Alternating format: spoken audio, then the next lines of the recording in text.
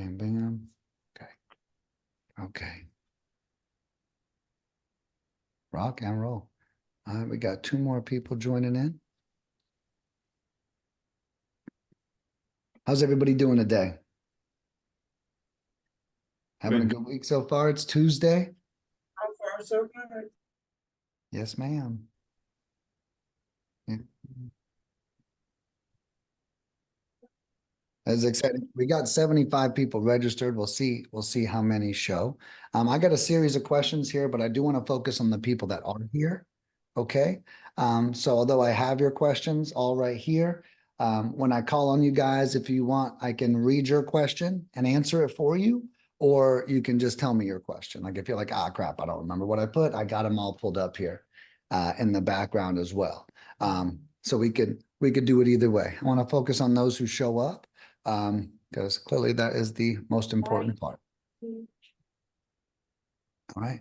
Well, rock and roll, guys. So I'm going to go ahead and get started now. Thank you, everyone, so much for coming in. This is our first group coaching session. And my vision for these calls is I want to know your most pressing questions in the real estate industry and the real estate business. We're going to do a couple things. One, I'm going to answer as many questions to the best of my ability or connect you with someone who can answer that question even better. That's the first goal. And then the other thing is, I think once a month, I'm thinking about having like a guest speaker or someone who's an expert in some field come in and maybe share some love with us as well. So it's going to be kind of a twofer. My goal is that this is every Tuesday, not my goal. This is every Tuesday from 2 to 3 p.m. Eastern. Okay, so you guys can feel free to attend. You can jump on. The way it works is it is through individual registration. So you guys may have noticed you have your own custom link and everything. That link is linked exactly to you. Since it is free, if you ever want a friend to jump on it, you could send them a link to sign up. That is completely free. So, so if someone wants on, I don't think it's as easy as using your link. I think that they may have to register themselves, just so everyone knows if there's any kind of tech issues or anything happening. All right, well, we'll rock and roll. What I'm going to do is I want to work on my screen, top to bottom, left to right. So it's nice and easy. We do have some people here from Lead Mining that I'll introduce real quick. We got Francisco here. Okay, Francisco's in the upper left for me. He's our general manager here at Lead Mining. He's in his 2nd month of training. He's doing awesome. A lot of you may have met him already. He's answering my cell phone calls, and we're actually in the same house right now. He's coming over every day. So I've just been loving that. So thank you, Francisco, for joining us today. Francisco's also a land expert himself. He really specializes in flipping infill lots. So like any infill lot questions, he's going to have a lot of strategies there. I'm really good at houses, large parcels, stuff like that. And I can just help answer general questions. We also have Crystal here as well. You all may know Crystal. Crystal is our customer success manager. She's just been amazing. She reaches out to everybody right after they purchase, and then she gives them a call. We make sure we have everything that we need, and then she helps manage your campaign for you throughout that. Crystal's been invaluable on the team since she came on about 3 months ago, and I'm just super happy to even be growing the team with these capable individuals. So thank you both for coming in today. I'm going to have them here for sure the first couple meetings, and then we'll see if Crystal needs to be in here or something, but I think it's great so she can really hear everyone's questions and learn a little bit more. And then Francisco is going to kind of be co-hosting this with me, and he's really got land down pat, and then we'll be learning a little bit of houses together. All right, rock and roll, guys. Thank you so much. All right, cool. So Rob Urban, I'm going to start with you. You are the top left. Rob, I believe I've got your question pulled up here, but if you remember it, you want to ask your most pressing question in your business. Yeah, hi there. I don't actually remember what the question was, so I got it. No, I got your answers right here, and it's a great one to start. Yeah, okay. I might have a couple more, but yeah, thank you. Yeah, my pleasure. Yeah, so converting leads and finding motivation is what Rob put as his most, and I mean, I'm sure that's everyone's, and that actually is a couple of people's most pressing question, right? And that's because we're giving you the hot leads, and then it's up to you guys to make sure that you are converting all of them, And so I think that that's a great question. So the first thing, the first principle of converting leads is to make it very simple for the lead. I want you guys to really think of maybe if you ever made a sales call with me, how it didn't feel like a sales call, how everything seemed really easy, right? And one thing I really recommend to you is very often we think we need to recreate the wheel. And the truth is, you've experienced other systems that are very simple and seamless. So one thing I recommend is emulating a system you've already seen. It could be my system. It could be maybe when you've called AT&T, anything that you saw that made your life really simple. It's important to think about those fundamentals and apply them to your business. So the first step to converting leads is making it very simple. So I'll give you a couple of examples.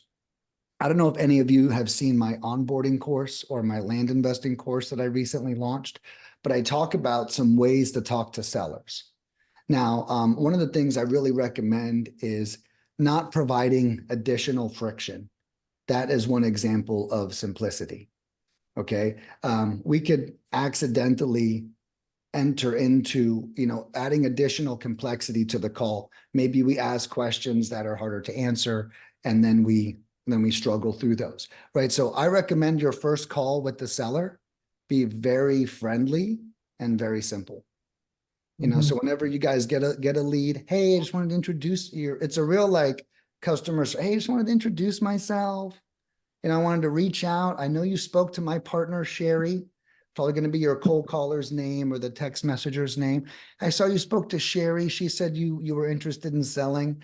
I'm the partner. I'm the one that makes all the final decisions around here. I just wanted to meet you for myself and let you know a little bit how this process is going to go.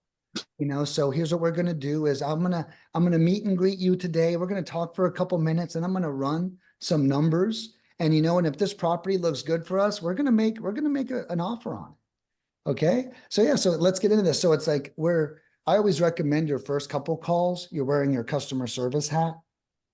And then your next couple calls, what you're doing is then your sales hat comes on. So like I'd say call 1 through 3 at least. We're customer service. We're warm and fuzzy. We're like a resource to them, right? Yeah. Hey, do you have any questions about this process at all? Anything I can answer for you? Any construction needed? Like we're just trying to get out of them as much as possible without showing up as that, I want to use the word like threatening guys, right? Because a buyer is intimidating. They want something from us. When we think someone's a buyer, we're like, huh, I'm ready for your low offer. Watch out, I'm going to block it, right? So if you can kind of warm them up through the customer service conversations, that offer is going to come out 1,000 times easier. But I just went off on a little tangent. Rob, do you have a specific piece of the process that you want me to focus on when it comes to converting leads or finding motivation? Yeah. Recently I've been working with, homeowners or sellers, just residential, right? Okay. Kind of wasting a lot of my time going on appointments. Mm-hmm. Is there a way around that to be able to make them an offer without specifically making a rehab estimate without having to visit the property because it's taking up a lot of my time? So my suggestion would be, so let's think of the simplicity I brought in. So I have a lot of people that do this virtually, and a double test of motivation and time saving is, hey, if you wouldn't mind using your cell phone to take some pictures of the property, okay? I have put together a little checklist of photos that I need. It's going to be very easy on you. If you want, you could stand at the entrance of each doorway and take a photo of the room, and then that will be good. Then if you could just take some exterior photos for me as well, that would be great. Right. So, and then Then we kind of use those for now. There's a lot of people, that's kind of a call to action, right? A lot of people might not be about that. But if they say yes, two things. One, they're a little bit more motivated than they previously were, okay, which is a good sign. And two, you may have just saved yourself a trip.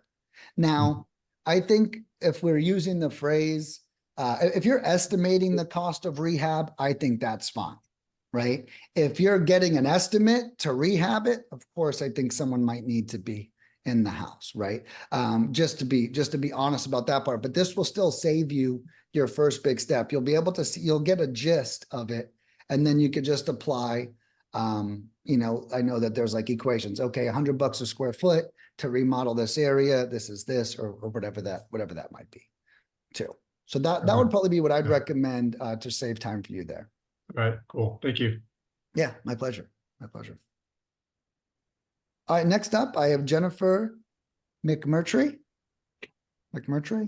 Hey, Jennifer. I believe I have your question pulled up here, but if you want, if you have another one, or if you remember what you put, you can read that off to me. If not, I can read it here. You're going to need to read it, please. Yeah, no worries. No worries. I think this is you. Are you Swift Action Land? Yes. Perfect. Okay. How to close deals with my leads. Okay. And again, I can go off on a tangent with each of these, but I'll ask a clarifying question too. So I can make sure I hit it right on the head. So are these leads you get from us? Yes, they have been leads I've gotten from you. And some of them, I'm just starting. So some of them I let get cold, and then I'm trying to call them back.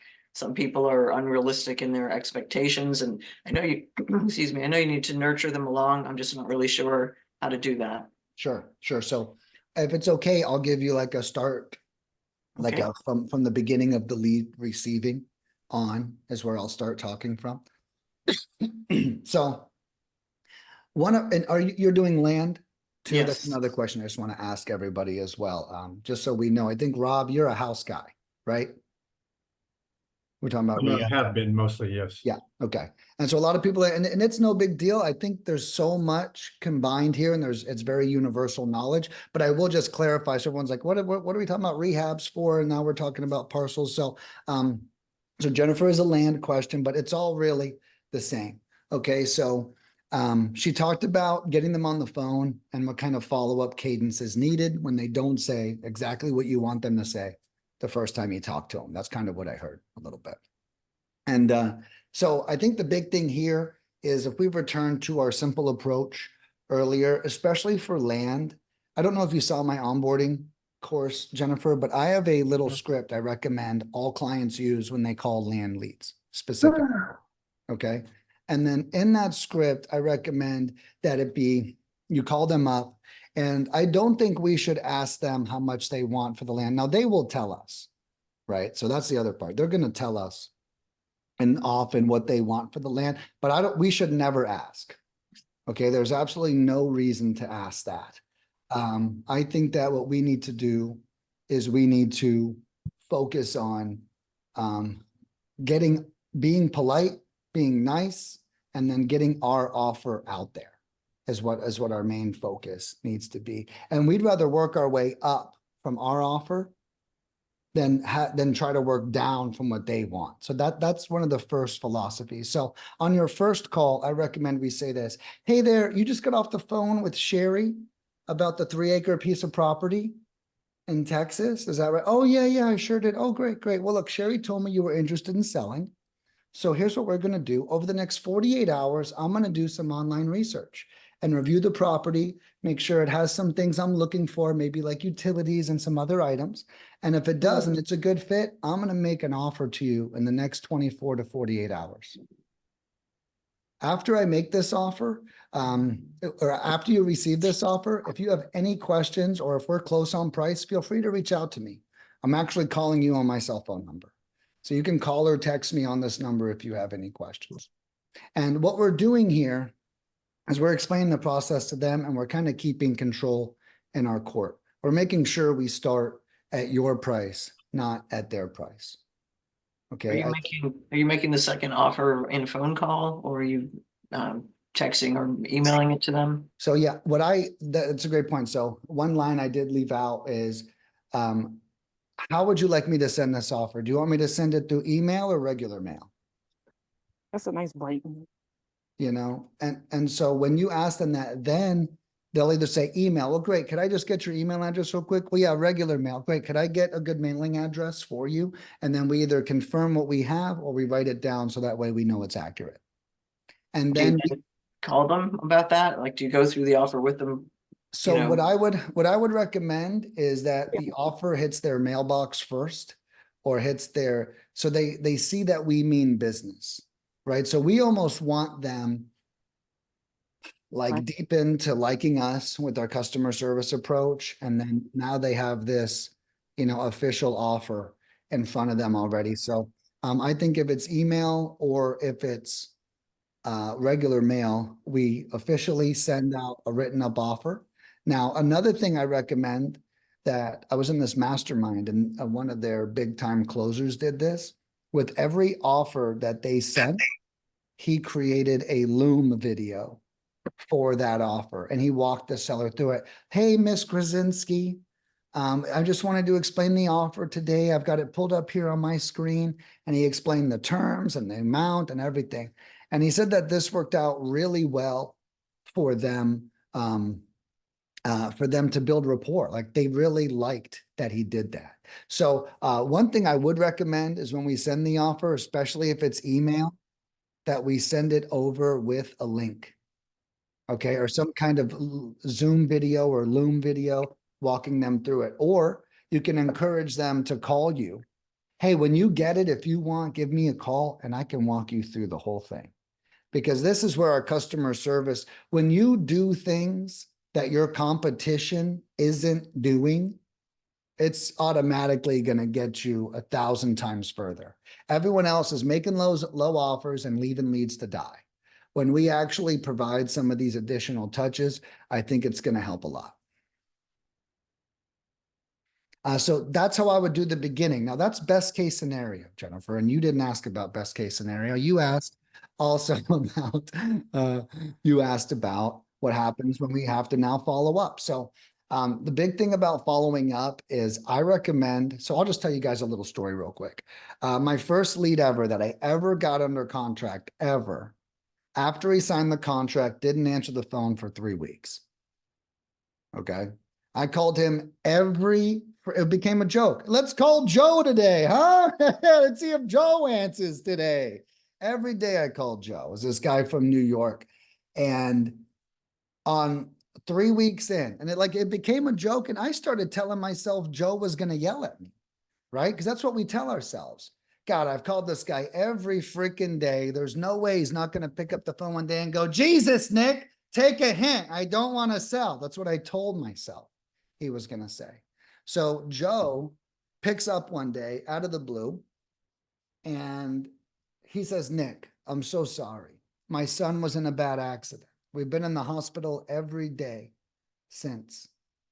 And if you could just give me about another week, I'll be great. Your follow-up's been amazing. I can tell you guys really want this property. I'm just dealing with the personal crisis right now. And I share that story because we tell ourselves stories about following up with people. And it's really important for us to make sure that actually the best indicator of distress is they're tough to get on the phone. That's a great indicator of distress. It also means no one else is getting them on the phone, if you really think about it. So when you think about some of these things, you actually start looking at them differently, or looking at them better. So one thing I recommend, Jennifer, is a six touch, it's actually 12 touches, 12 touch follow-up. So one thing I did with Joe is I never called Joe the same time of the day every day. Because if you call the person at 5 o'clock every day, they're busy at 5, they're busy at 5 tomorrow, they're busy at 5 the next day, right? So you want to call them at different times throughout the day, right? So we're going to call in the morning once, in the afternoon, and in the evening in another, right? So we have these cadences, so we're giving ourselves the best chance. The strategy I recommend is we call them, we always leave a voicemail, and then we send the follow-up text message. So the call, they don't answer, voicemail, hey, sorry I missed you. I was just following up about the piece of land for sale. You spoke to my partner about that about a week ago. And yeah, I just very interested and I wanted to just talk about next steps. All right, thanks. Boom, we hang up, we text immediately. How many times have you guys declined a call and then they texted you and you were like, shit, I need to talk to that person? Right? It happens all the time. So then every time we end it, we want to text. Okay, so the text, hey, what's up? This is Jennifer. Just reaching out about that piece of land you may be interested in selling. If now's not a good time, I'm available later in the week. Just let me know. Right? Everything is a soft touch. We do that 6 times before we give up on 6 different days. That's my philosophy. One thing I like to do is I create these standards for myself that when I quit, I can feel good about it. Right? When I don't follow up with them, I know I did all I could. That system I just mentioned is literally 18 touches. The phone rings, the voicemail dings, and then the text dings. Okay? That's one touch. So we have an 18 touch follow-up process. And that's what I would recommend if you're having a hard time getting them. And when you do get them, I would use that script I said, make it sound simple, let them know an offer is coming over.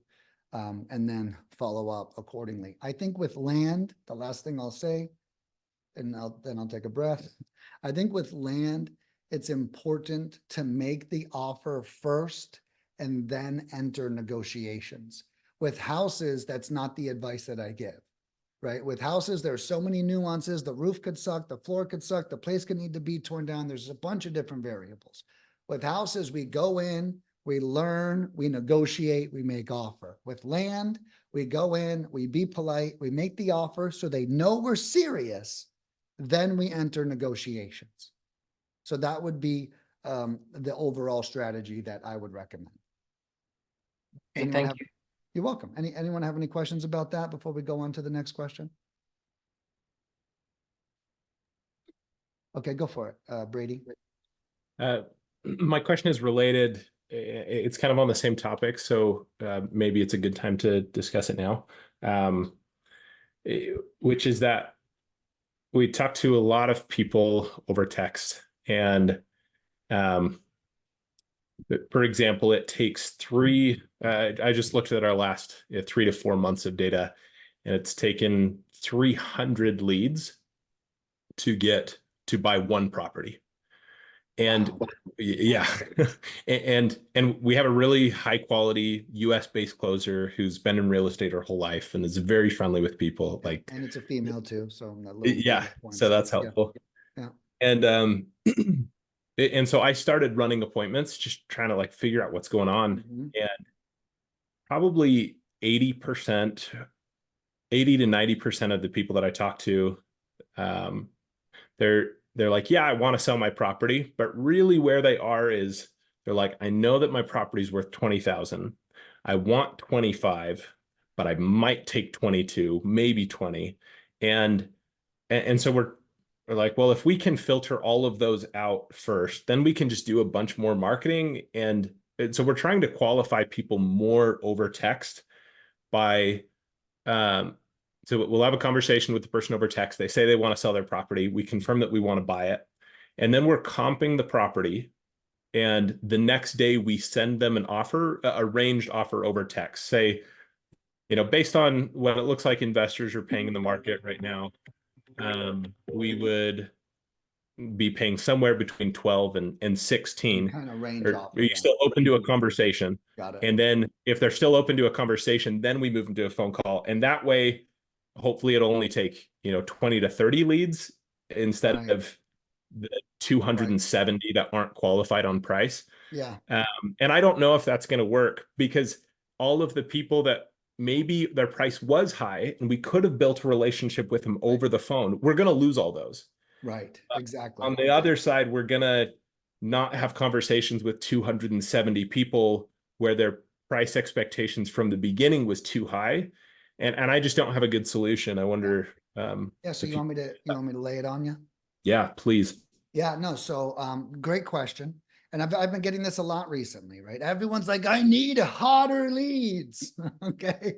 And it's like, I agree. I agree. And I understand the sentiment. I was a restaurant manager for 13 years. And I remember I used to be like, guys, we got to be fast and we got to be accurate all the time. We got to be fast. And then employees would be like, no, I could either be one or the other. I can't be both. And I'm like, well, you're right. At first, you're one or the other. Over time, I expect you to be both because we have more experience under our belt. I share that story to say, because we want to sometimes shortcut our learning. And what I heard you say is, I want to be fast or I want to be accurate. And I think you're right. You know what? Let's get 5 deals closed. Pick one. Okay. Super qualify them in the beginning. Right. But I had a guy, but we're going to need to be both at the end. So I had a guy call me up, and this is my advice to all of you too. Nick, I want to close twice as many deals this year that I did last year with you guys. How much more should I spend with you? And I said, I don't think you spend anymore. I think you look at every lead that didn't close and you figure out what you did wrong. And I mean, of course, the answer is both, but the reality is we have to cast a wider net. Let's use lead mining, for example. I'll use my company. I have everything in 4 different sizes. I got, my net is so big, $550 to get started. What? That's crazy. No contracts, no commitments. Think about how simple, the process looks. And so having those options really helps. And there's no one that answers the phone. Well, there's a lot of companies out there, they have $5,000 monthly minimums for lead gen. It's like, I don't have that issue. So I share all that because you do want to save yourself time. But what I'd probably recommend is finding somebody in between. So first things first, check your closer's temperature. If she doesn't give a shit, you don't give a shit. First and foremost, right?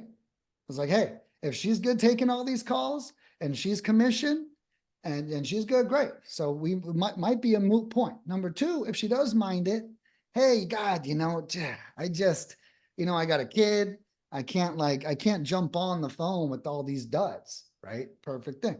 Then do we insert a setter style position, that customer service? Maybe she's the sales hat I was talking about earlier. And then we insert a amazingly speaking South American VA, right? I'm a big fan of South Americans for this role that I'm speaking of right now, because we're used to the accents. I could honestly, a South American accent, I barely even hear. I am in Florida though, but I barely hear a South American accent on people anymore. Okay, if I'm really being honest. And so they're a good potential warm-up touch. We still believe they can be in America because they're, if I was to guess, it's the most common race here in America other than white people. That's the official term, other than Caucasians. So my challenge would be insert another person if she's bogged down. First of all, she needs the experience, in my opinion. But second of all, if she's bogged down, we put someone else in there and we put her in charge of coaching that person. Hey, yes, I'll give you someone, but they are your baby. I want you to work with them on overcoming. And, for the first 2 months, you're going to train the crap out of them. But after that, they're just now going to set you up, because there is a lot of leads. And this is finally getting to my point. When you come off like that at first, you're basically proposing a marriage and your terms suck, if I'm being honest, right? You're talking about sending the low ranged offer Right. Yeah. before we've even gone to dinner. Yeah. Yeah, that's right. Right. Exactly. Hey, babe, so I cheat sometimes. I'm not home a lot. Yeah. So you good? We're going to do this, it's not really enough. However, you wait till the third, hey, how's it going? How is everything? We're going to do some research. Yeah. So our numbers show that we could, what I would do the same exact strategy, just add that touch in it. Hey, so we're going to do some online research. Remember that little piece? Okay. So that we're going to do some online research and we'll get back to you, or we'll send an offer out. We send the offer out. we follow up. Hey, they want higher. Great. You know, we may have missed something. Maybe we can do a little bit more. You can see the money right now is on Let- hold. Luckily, Let me take a look at this offer. So, or you prep them even on that first call. Hey, yeah, so for properties like this, we normally can do up to, I like to say words like up to a lot. You know, on a property like this, we could generally do up to like 25,000. And just, right? You're gonna hear some audible noise eject from their body. And then you then pick up the oh, well, you know, I was thinking this, and then you guys could potentially create another bucket for those, right? So these are people that are on the fence about our offer and need to be worked down. And one big strategy for that, which I just launched in my new course that's free, is on a webinar with the lead generating guide that I met. is crap, I forgot what I was saying. And real quick, Nick, I want to chime in and ask Brady yeah, a go for follow-up it. question real quick. Yeah. When you're done, Nick. Yeah, yeah, I forgot what I was saying. You were talking about the new course that you put out, which I want to go back and watch. Remind me the site on that. I want to go through your course. Yeah, I'll put that in the chat here. And because we've been doing this for 3 years, and we were most successful our first year, less successful our second year, and our third year. Now that we have more experience, more training, we're spending more on marketing and everything else. Like, we're doing way worse now than ever before. But excited to go through. You know, no, I love that too, and I think that we grow with our business, and then like maybe we don't always grow accurately, right?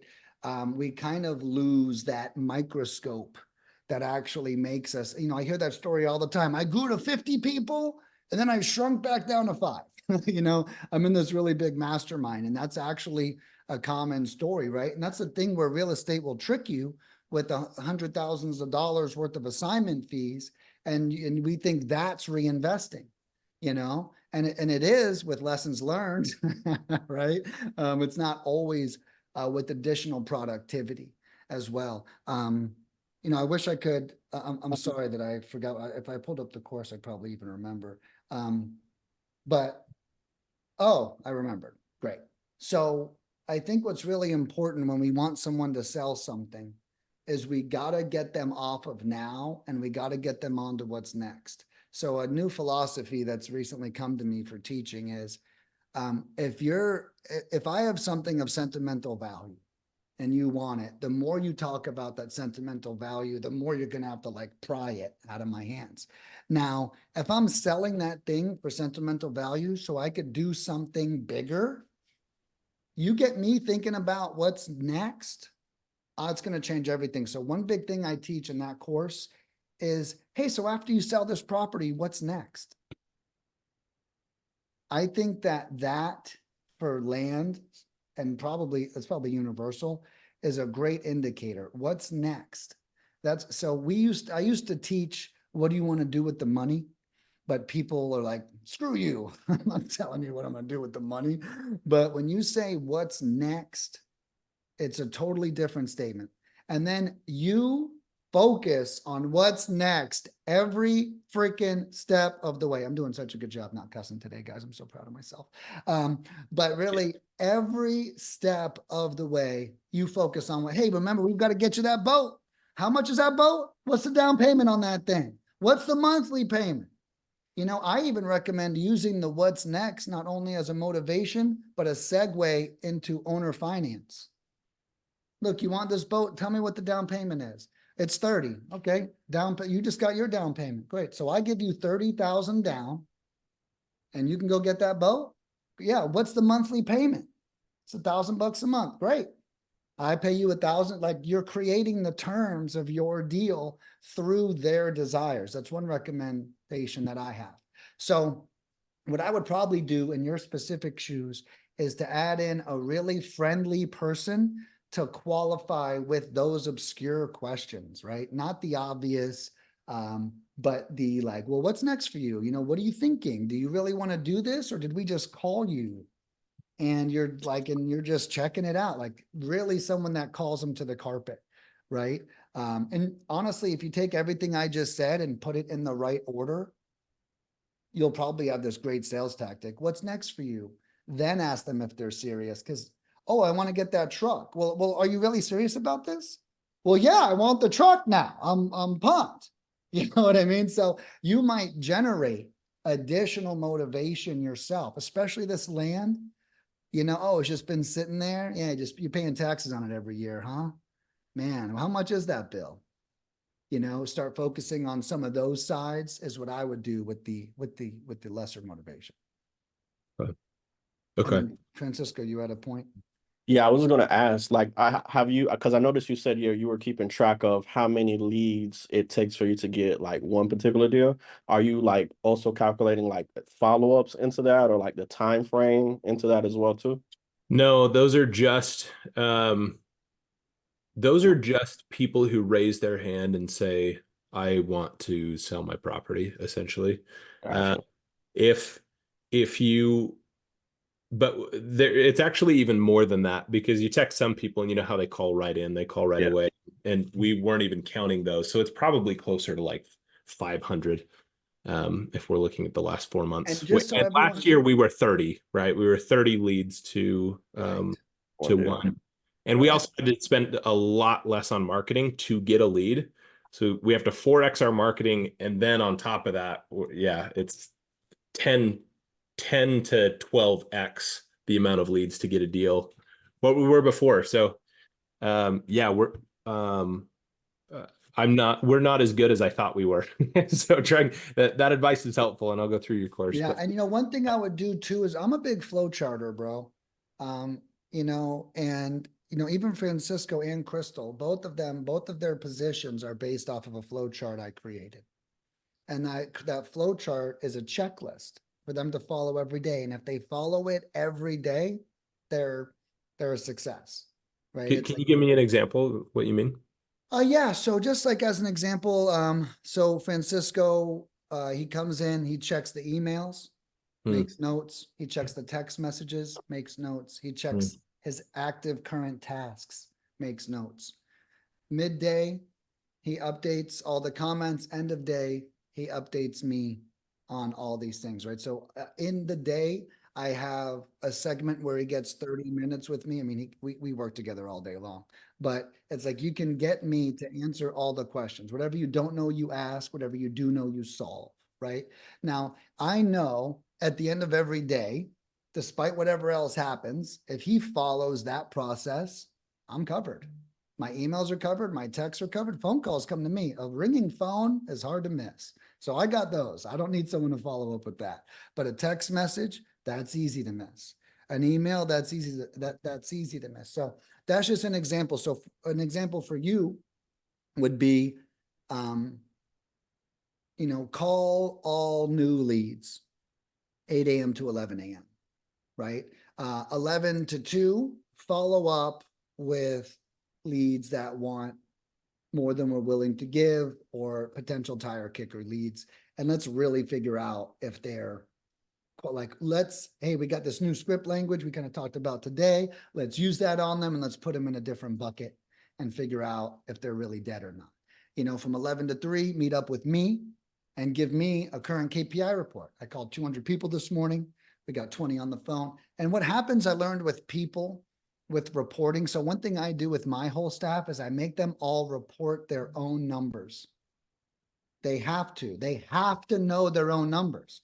If you're the only one grading them and they don't know how to grade themselves, like, no, I want you to tell me you did great today. I want you to tell me that you sucked today. There's no wrong answer. It's only a wrong answer if you suck 3 days straight and I don't know about it. And now I can't go in and course correct. I'll give you a small example. When we were cold calling, when we were babies 7 years ago at Lead Mining, we hired a new cold caller, one of my first cold callers ever I fired. And he called everybody, and he didn't want to use the introduction that I created. Hey, I'm sorry to bother. I'm looking for the owner of 123 Sycamore Street. He wanted to say, hey, yeah, I'm sorry. I might have the wrong number, but I'm looking for the owner. You know what every frickin', I did it again. I caught myself. You know what every frickin' customer said? Yeah, I might have the wrong number. Yep, sure do. Click. Wrong number. That's right. Click. People are that sensitive. So when a system has such a small flaw as, hey, yeah, I'm sorry, I might have the wrong number. That sounds like a fine intro, right? That sounds acceptable, right? It's But an easy way out too. say again. I said it's an easy way out too. That's right. Well, and what did I say earlier when I talked about talking to these leads, removing friction and keeping it simple? If you give them a reason to hang up with you, they'll hang up with you every time. Every freaking time. But yeah, so that would be that would be my answer to that is really look at your systems, look at what she's doing every day, make sure it's optimal. Like one thing I like to do, I don't know if she's in person or not, but when I hired Crystal and even Francisco, it's, hey, come over every day. You're going to come over for at least 2 months every day. You know, after that, if everything's really hunky dory and if your thing's not all mapped out, you can't, we can't put you. Crystal's position was very easy to create. Francisco's taking over my role and I'm trying to make him as comfortable as possible so he never leaves. That's my goal with him. But but it's important for us to really spend time with these people too, and not just think that they're us. I think that's like the most important thing. They don't think like us. I've got 35 employees at Lead Mining. There's some I have to give completely figured out systems to. And then there's other ones I can give them a broken system and then they make it great.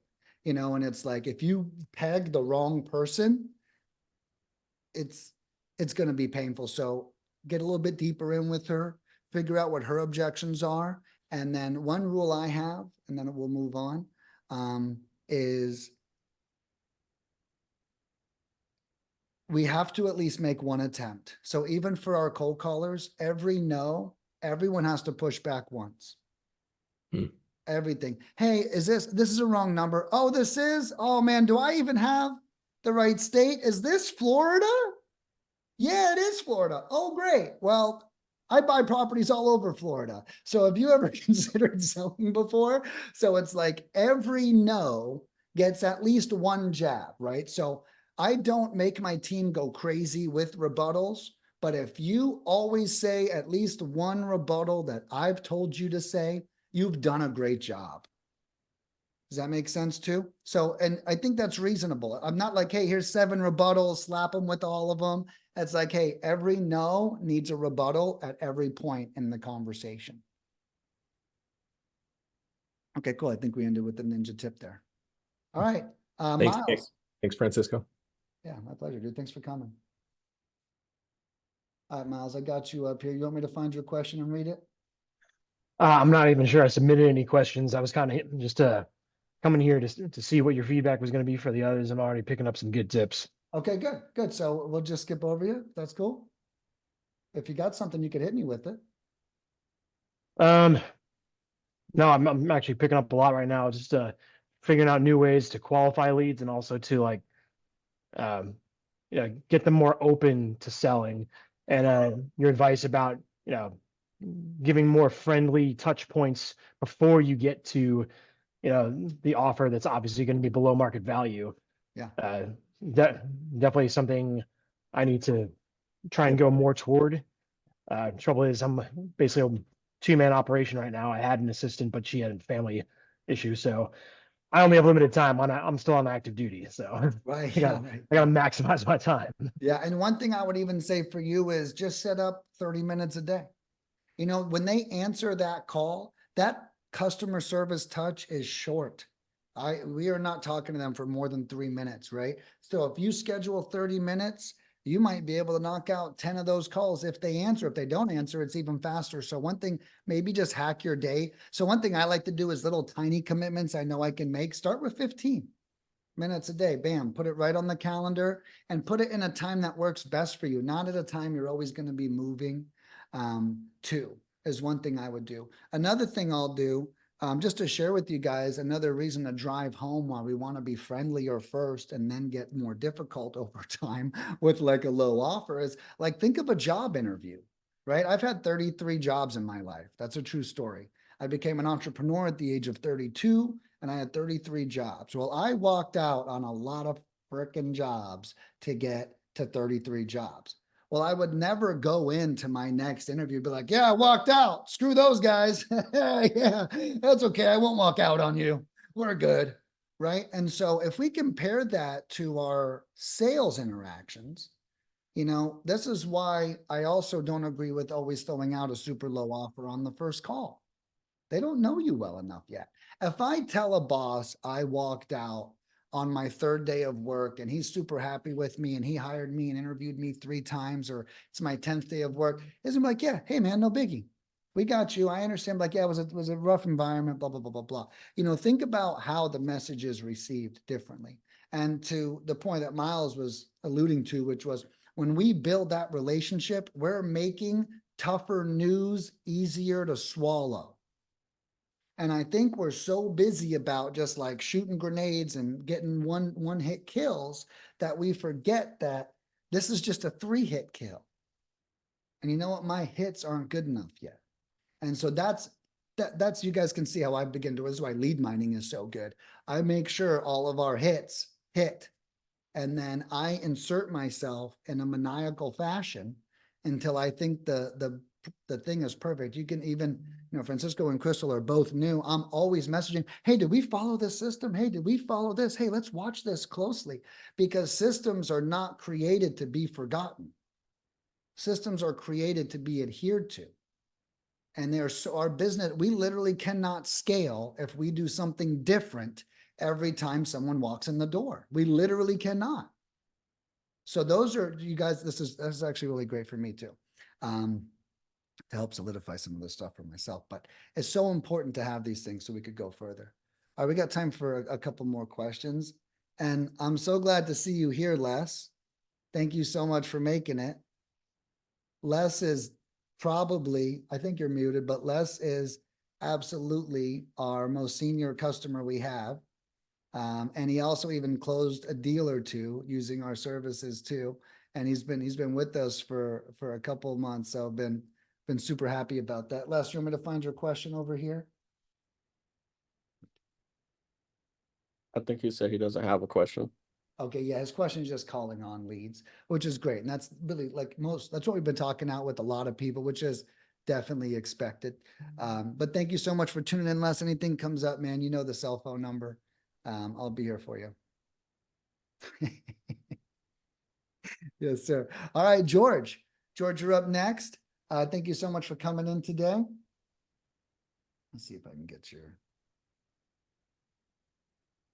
I'll find your question here. So George here says, the best way to handle offer amount objections via text or call. Is this houses or land? And George might be Jorge.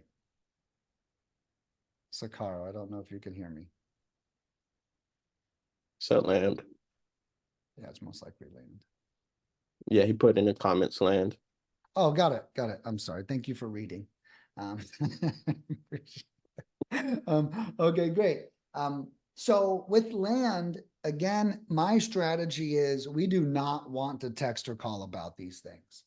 All right. We want to make official offers and we want to use that language. I'm going to make you an official offer. Okay. That's very important. Now we're making it sound even better. Where, like when I say simple, everything I do is very simple and intentional, right? So, hey, I'm going to make you an official offer. Well, what is that offer? I don't know yet. I got to do some research. You'll see it on the official offer when it comes over. Now, this tells them 2 things. 1, it tells them you're serious. 2, it tells them you mean business and you're actually doing the work. And 3, it gets your offer out to them. Now, the reason why I like it that way is this, as I'll walk you guys through, I created this little story that helps support it. Let's say you're at the grocery store and some guy walks up to you and he goes, hey, how much for the car? And you're like, yeah, $60,000. What? It's not even worth 60. Yeah, well, it's not for sale and I'm at the grocery store. I don't know what you want from me. right now, right? So now let's say you get out of the car at the grocery store and someone walks up to you and says, I'll give you $20,000 cash right now for that car. But oh, what was that? Really? That one? You would? Yeah, I'll have to think about that. Right. And so we have to think about the energy shift. And I feel like when we get into a text or a call conversation about land, this is not my thing for houses, but about land, we're asking to start at a higher price. You called them. What has anyone ever asked you for anything? Guess what? You have the advantage. So if you're asking them, you're saying, hey, you tell me. Why would anyone ever, you know what? I don't know you, bro. But I don't want that piece of land anymore.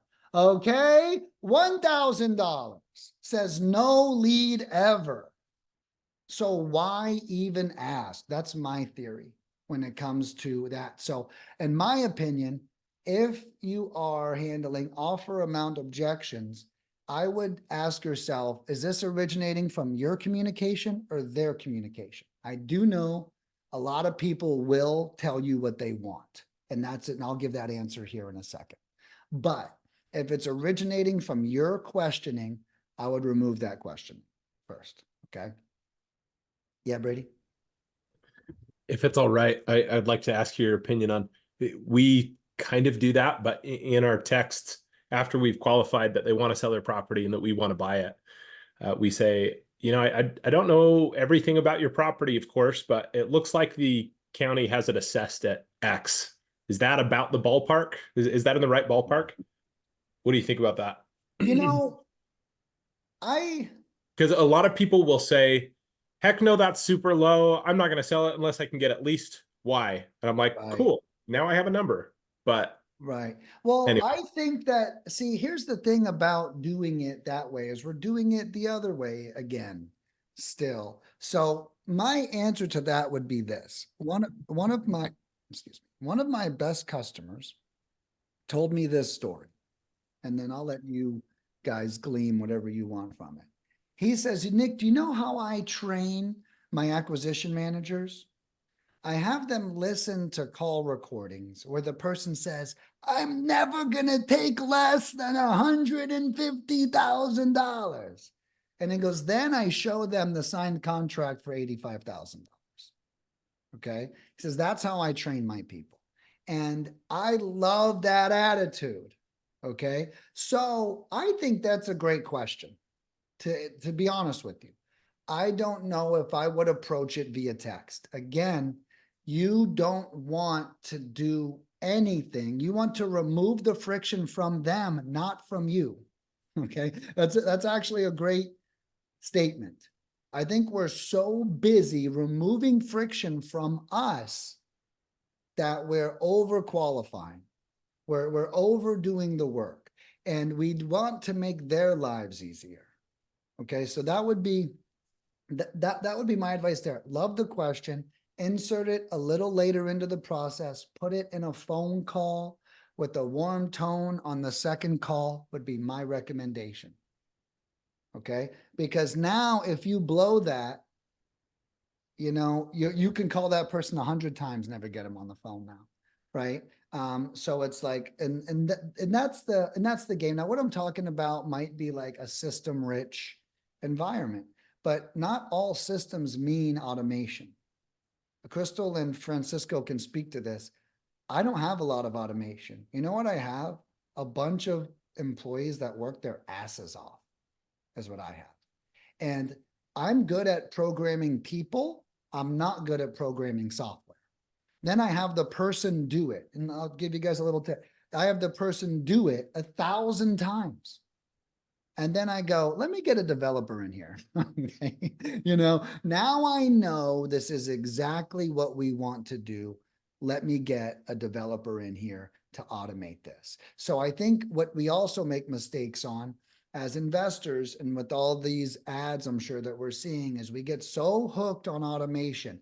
Get the damn job done, create a system that works, then automate it. You automate first, you're really kind of dead in the water. So that would be something. And before we go, I'll get to the second part of George's question. And that is, if they start with the offer, what do we do? So let's say we take my advice and we never ask them that question again, but they say, yeah, $80,000 and it's yours. Okay. What I would say is a couple things. One is, yeah, I can definitely take a look at that. Generally for properties like this, we can pay up to about $40,000. You could cut their shit right in half if you wanted to. But with some improvements on the property or some like pre-done utilities, or depending on land or houses or whatever we're talking about, then with those things, then we can offer more. So one thing I recommend too, which will still answer your question, is if they don't like your offer, well, is there something I missed? It doesn't have to be, oh yeah, well yeah, I give low offers to everyone, buddy. It's like, oh yeah. Is there a mountain view or a lake on the property or anything like that? Is there like a dwelling in good service? Is there, and what I mean is not that we want those things, but what we want to do is maintain a positive relationship with the seller. And we want them to yeah, hey, I might have missed something. Yeah, go ahead, sell it to me. Sell me, like verbally, tell me what's great about this property. Is it a corner lot and it backs up and it has a foundation already poured? So really kind of get in there and act like you're innocently, making an offer based off of maybe lack of understanding of the property. So that would be definitely one tip that I give whenever they do say a higher amount, is ask them for the improvements. And the other part would be having additional offloading strategies, right? So in my land investing course, I talk about, we have a cash offer that's low. We have the option to list it with the realtor. That's a little higher. And then we have creative financing, and that's the highest, right? So the best objection, in my opinion, to their offer is you having 3 offers. Look, man, I told you guys at Lead Mining, everything I do comes in 4s. Look, man, so yeah, here's how we can do it. If you want cash today, I'll give you 5 G's for it. Okay.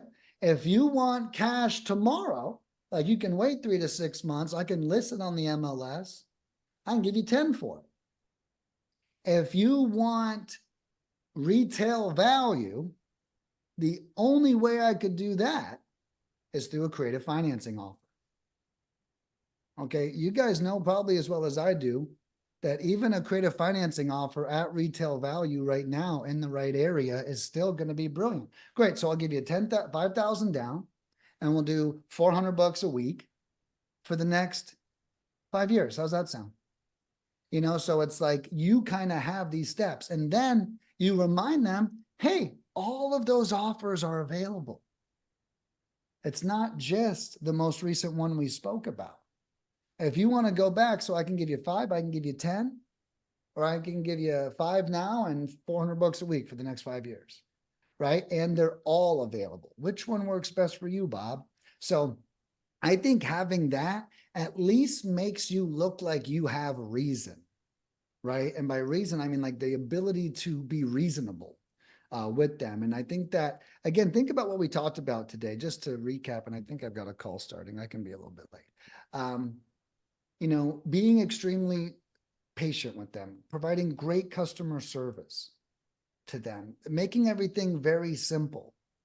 If we construct all this, by the time we get to the end, you're going to have so much goodwill. Now you're making 3 different offers. They're going to be like, where have you been? This is great. They might even say, who taught you how to do this? This is actually really cool. This whole process that I just went through. We spoke 2 weeks ago and I said I wasn't taking less than this. And somehow we're here. Like, how did that happen? Right. So almost to get them to that place through authenticity, through vulnerability, and through great service, rather than, I was even talking to Francisco where he goes, Nick, one thing I don't like is, I feel like I'm not being 100% authentic with them. right? Because, I'm not really buying it myself sometimes. I'm not doing this. And I think that everything I just described is in 1000% integrity. You're 100% honest about everything. Yeah, cash offer super low because that's my cash. Okay. Right. The list with the realtor, that one's a little bit higher. The creative financing, that's low. That's this because it's my cash again. So I think doing all this stuff, staying in integrity, you're going to have so much goodwill by the time you get there. They're going to like you as a person, no matter what. Right. And then if there's no one else, if there's no other land investor behind you, because they're not calling or texting like we are for you, they're not going to have 6 girls to dance with on the dance floor. It's only going to be you. But yeah, guys, I do gotta run. This was a blast. I really enjoyed this. Thank you all so much for showing up today. It means a lot that you guys spent an hour with me. I'm gonna make note on like who questions we'd answered. So next week, if you guys come back, we're gonna move on to your questions. I want this to be very fair, and I want everyone to get all the support they're looking for. So I'm super excited, guys. My cell phone number's on the website. Feel free to give me a call anytime if you have any questions, and let's kick some ass. Have a great week. Thanks, Nick. Thank you, guys. Thank you, Brady. Appreciate everyone's involvement. Thanks. Thank you, guys. Yeah, thank you.